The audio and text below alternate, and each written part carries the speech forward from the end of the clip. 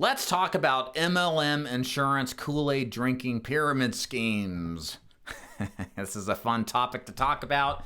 If you are interested in selling insurance, you've likely come across lots of MLM cultures talking about their money, their planes, their cash, and all sorts of crap. And you're wondering exactly how this business works. And what I'm going to be focusing on today is as from the perspective of an agency owner that's outside the typical MLM culture. I'm going to give you my thoughts and perspective and experience on the MLM's impact in the insurance business to better equip you, whether you join an agency like the Ford Insurance Group, mine, or any others, what to look for in an agency to make sure that they're not an MLM, how to avoid those things, and then what to do about it as far as finding a good agency that's not all about the Kool-Aid. My name is David DeFord. I own DeFord Insurance Group. I train and recruit agents nationally to sell insurance, not recruit agents. We focus on products like final expense, Medicare, annuities, and ACA. Yes, we teach agents how to do it face-to-face. Yes, we teach agents how to do it remotely. And yes, we do it part-time or full-time. If you'd like to learn more about it, go to daviddeford.com/FAQ. So a couple of points of clarification. Number one, are insurance MLM schemes? Schemes sounds like a scam. Maybe when I say scheme, I'm insinuating that they're not legitimate. Well, that is not the case. Scheme is just kind of a terminology that I use. It's not entirely accurate, admittedly. These are not pyramid schemes. The MLMs that are out there, as far as I can tell and as far as I've seen, are legitimate business operations. Multi-level marketing as a business is not illegal from the get-go. There's a lot of them that have been illegal, which has kind of given it a bad name. Plus, people generally don't like to be hustled by friends and family to buy crap they don't want. So there's just kind of like a persona, I guess you could say, about MLMs. And none of the insurance MLMs that I'm going to mention or make reference to, I would say are pyramid schemes. Not at all. They're all legitimate business enterprises. But the thing is, and there are some good things about MLMs too, they do introduce a lot of people to the business that otherwise never would get into it. Although I would say that some of the consequences of the MLMs, like we're going to talk about here in a little bit, maybe outweigh the benefits. But understand that when we talk about MLMs, what I think most people are really upset about when we talk about MLMs in insurance and not, it's the culture. It's the culture that comes with MLMs. The conspicuous consumerism is the best way I could describe it. Is talking about the sizzle, not the steak. People are sick and tired of the sizzle, all the fluffery. They want stuff and context and real life straight talk when it comes to selling and being successful. And the MLMs kind of pitch that old puffery stuff and play to people's imagination about success without talking about the price to pay and the skills necessary to achieve it. So that's kind of what we think of when we say MLM. Just understand that in the insurance space. We're going to talk about here very quickly, very in detail as well, what the shortcomings are, what to look for, and let's jump right in. So number one, the one thing, and this is just a cacophony of things that I found problematic with MLMs in the insurance space. And again, this is more of a way to educate you and inform you about what to look for so you can judge for yourself if an agency is an MLM or not. So number one, insurance MLMs monetize more than new policy sales. So let me clarify a couple of things. The purpose of an MLM is to recruit a bunch of people into it to sell the product that they represent. The way the MLM makes money in the insurance space is off of what's called overrides. That is the difference in your commission that you make on the sale and their commission above that. That is the primary driver of income or revenue for the insurance MLM. However, what a lot of MLMs have gotten into the business of is not helping you sell. That's a pretty good goal alignment, right? If the only way they make money is if you make a sale, they're more aligned with helping you with good training, support, quality leads to get to that point because they don't make any money till that happens. But what many MLMs do now in the insurance space is they monetize not just when you make a sale, but they monetize you even if you don't. And the most common way that happens is through the sale of leads at a tremendously high upcharge, the resale of garbage aged leads, and these innocuous, ridiculous terminologies or fees charged just to get you into the door. So let's talk about all of that. Number one these days is leads. That's the thing. There is a big MLM right now that you've probably somebody's tried to recruit you to, that buys data like names for pennies on the dollar and resells them for 10. They make millions of dollars a month this way in their lead generation activity. And what happens is those leads are told to be the best thing ever, but they're complete garbage. So many agents are brought in with the promise that these leads are fantastic. Yeah, you got to work to get them, but they're complete and utter trash. They've been worked by another agency because they've been resold a couple of times. They don't remember doing it to the tune of like hundreds of them do, and it's just a very frustrating experience. And the carrier or the agency doesn't care because guess what? They made money off of selling you this pile of junk. And so that's one of the most common ways that these agencies make money, even if you don't. Number two is the reselling of those leads or the age leads. So they sell them once and they sell them a multitude of times again, and they put this whole facade up about how great they are to resell them over and over again. And the last point are these doc fees, like in the car business, we're just going to take more money for you and we're going to call it something. You can see it as desk fees, training fees, subscription fees, etc. It's all BS. It's just a way to monetize you further. And why is all this a problem? We live in America. It's a capitalist society, right? Well, the problem is them making money on you when you don't make money is a way to leverage you without an alignment with your goals. Your whole purpose of being in the insurance business is to make money, hopefully selling insurance. Well, if the agency wins and you don't, there's a misalignment. And starting and having a relationship where they're winning off of you even if you don't, to me is very parasitic. And it's not something that I think is a good relationship to be in when it comes to the insurance business. Number two on here is insurance MLMs prefer depth to breadth. So I was talking to Kyle Studer, a friend of the business, very experienced in the MLM space, is kind of cut free from it. He was talking about it being a major MLM who has only like less than 6 people attached to his downline. And the reason that he does this is because he can stack his downline super deep.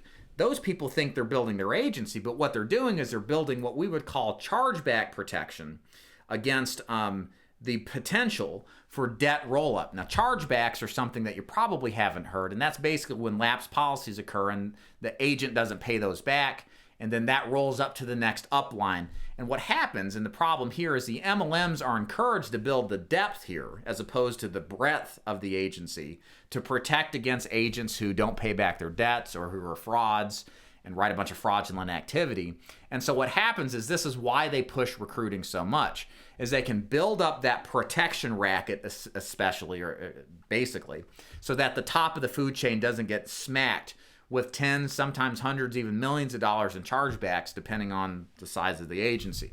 So what is this to say? Why do you care? Because the top of the food chain benefits more from the MLM process than you do. The problem with you being an MLM is your insurance commission levels are usually very poor. They're very low. They're not nearly what you would get if you were direct to an agency that doesn't believe in the MLM concept. So you don't make as much money. You're paying all these people above you who frankly don't do anything to earn it, and you have a much lower ceiling of what you're capable of reaching, or the only way to get any kind of decent commissions is to push a high-priced product or to get and commit to the agency building side of the business, which if that's your thing, great. Long story short, the breadth versus depth issue is not a way to benefit you. It's a way to benefit the top of the food chain to continue and perpetuate the MLM system so they get paid and you kind of squander. Number 3 on the list here, MLMs put the cult in culture. Let's face this. Like, that's the big issue I think most of us have is like, we go to these, we see these MLM things and it's all of this highfalutin, almost like church religious revival stuff. There's a reason why they do it, and it's completely intentional. It's because it's what appeals to the masses. What people want more than anything is guidance, direction in life. They want to have significance and meaning. And if somebody's up there saying, you matter, you're important, if you just join this agency and pay me enough so I can fly my jet around, it's going to appeal to a certain group of people. And again, this is the kind of thing that really is used in a non-cynical sense. I won't be a cynic with my opinion on this. I'll get that in a minute. But it's used to bring on the masses because a lot of people can't see through the whole game that's being played on them. They're being told all these wonderful, nice, flowery things as like the sleight of hand from a magician. Just watch me do my fluffery while my other hand is robbing and pickpocketing your money through the form of low commissions. You don't own your book of business. You don't own your residuals. You buy garbage leads from me, etc. There's a lot of in the MLMs, one way to tell if you're part of an MLM, there's like a godlike leader. He's kind of the leader. He's up there, motivational speaker and showing off of his stuff. And it's just, and they'll appeal religiously to God and religion and all this stuff. And it's just cover for their own selfish interest to perpetuate their desire to be wealthy. It's a lot of bread and circuses, a lot of hype over substance, materialism through the wazoo. Again, not what you would find with a normal organization that focuses on training and support and developing you. And guys, if you see this stuff, run. This is like the big fat red flag that tells you go the other direction, because this is an attempt to try to deceive you and to pull you into something that really won't be good for you. Again, a lot of the times with these MLMs out there, they're terrible for the producer because they perpetuate this depth of the downlines where your commissions are going to be lower. There's little to no equity ownership. There's one organization right now where you don't own any of your business. I was talking to this gentleman, a well-known MLM that's been around for a long time.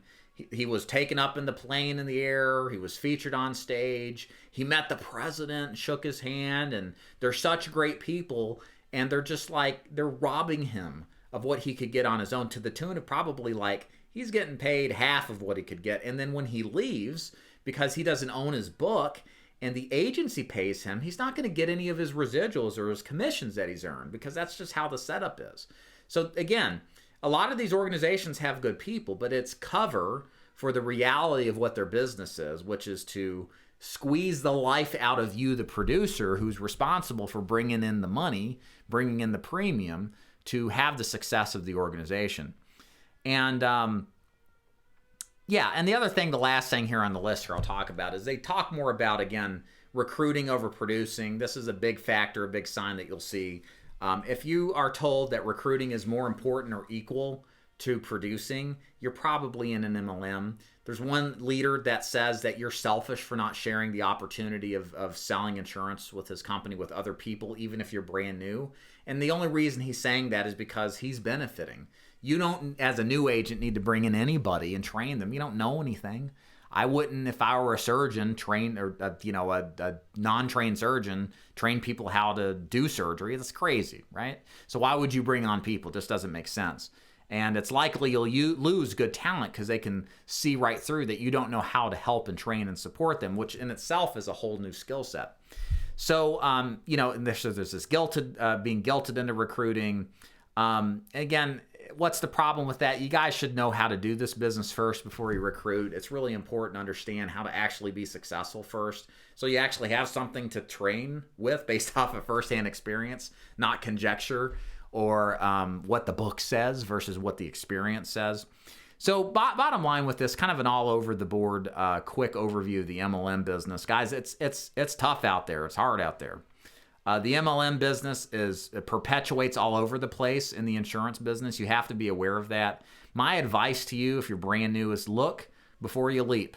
Do your due diligence. Don't jump into this business with the first agency that propositioned you on Indeed, okay? Or if you've been referred to a business, before you join them, just look around. Just check it out before you commit. There's probably about 3 out of 4 times you're going to be in one of these organizations that puts recruiting and the MLM culture over the personal development of you in the form of a skill set basis. And that's what you really should be looking for if you're new. You need to develop the skills to pay the bills. And what are those skills that are necessary? How to sell, how to prospect, how to open a sales call, how to close a sales call, how to deal with objections, how to develop a work ethic, how to develop a system to get in front of prospects. That's what we do at my agency, because if I teach you those are skills you can use the rest of your life. You don't have to worry about getting a paycheck because you can take what you learn and apply it to insurance or anything. They're real skills that make money, not feel-good feelings and all that stuff that in the moment make you feel good, but don't ever necessarily translate into quantifiable success. And that's what you want. You want quantifiable success based off of skill development. And that's what you should be looking for. So there's some thoughts there. Hope that made sense. Hope that came through right. And if you have any interest in joining an agency that's not high on the MLM stuff, that's exactly what my agency does not focus on, is the MLM. Focus on you, the agent, and developing you.